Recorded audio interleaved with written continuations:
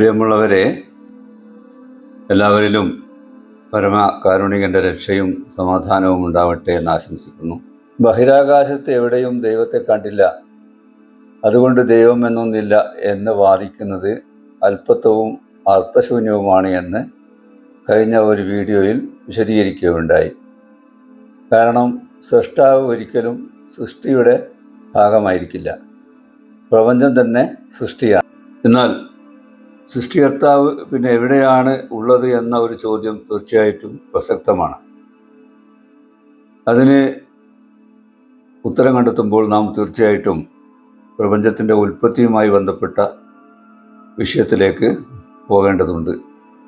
ഒരു സിംഗുലാരിറ്റിയിൽ നിന്നാണ് ഇന്ന് കാണുന്ന പ്രപഞ്ചം ഉണ്ടായി വന്നത്, വികാസം പ്രാപിച്ച് ഉണ്ടായി വന്നത് എന്നാണല്ലോ ബിഗ് ബാങ് തിയറി പ്രകാരം ശാസ്ത്രം പറയുന്നത്. ആ സിംഗുലാരിറ്റിയുടെ പ്രത്യേകത, അത് ഒരാറ്റത്തേക്കാൾ എത്രയോ ചെറുതായിരുന്നു അതിൻ്റെ സൈസ്. അവിടെ ടെമ്പറേച്ചർ ഇൻഫിനിറ്റ് ആയിരുന്നു, ഡെൻസിറ്റി ഇൻഫിനിറ്റ് ആയിരുന്നു.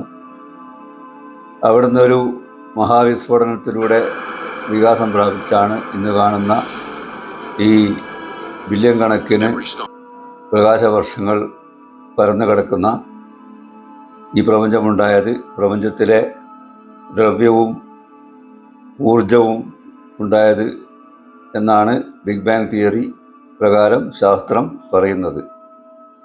ഈ ബിഗ് ബാങ്ങിനോടൊപ്പം തന്നെയാണ് സ്ഥലകാലങ്ങളും സ്പേസ് ആൻഡ് ടൈമും ഉണ്ടായത് എന്നാണ് ശാസ്ത്രം പറയുന്നത്.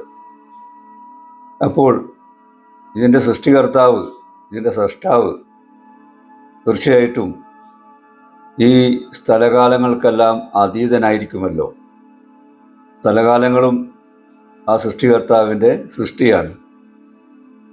സ്ഥലകാലങ്ങൾക്കെല്ലാം അതീതനായ ഒരു ശക്തിയാണ് ശാസ്ത്രീയമായി തന്നെ നമുക്ക് ഈ പ്രപഞ്ചത്തിൻ്റെ സൃഷ്ടാവ് എന്ന് പറയാൻ കഴിയും.